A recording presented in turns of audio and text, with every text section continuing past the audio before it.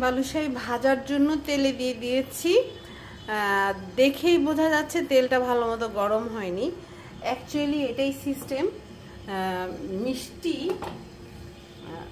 ভালো মতো তেল গরম হওয়ার আগেই এই চুলায় দিয়ে দিতে হয়। ভালো মতো গরম হওয়ার আগেই মিষ্টিটা চুলায় দিতে হয় এবং মানে খুব অল্প আঁচে মিষ্টি ভাজতে হয়, তাহলে ভেতর পর্যন্ত মুচমুচে ভাজা হয়ে যায়।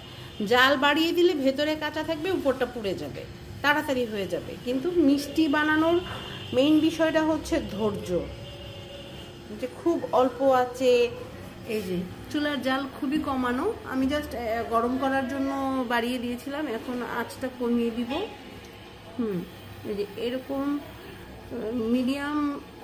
মিডিয়ামের থেকে লোতে করে আমি এটা ভাজবো। এখন তা না হয়ে যায়, আস্তে আস্তে নিজে নিজে উল্টাবে।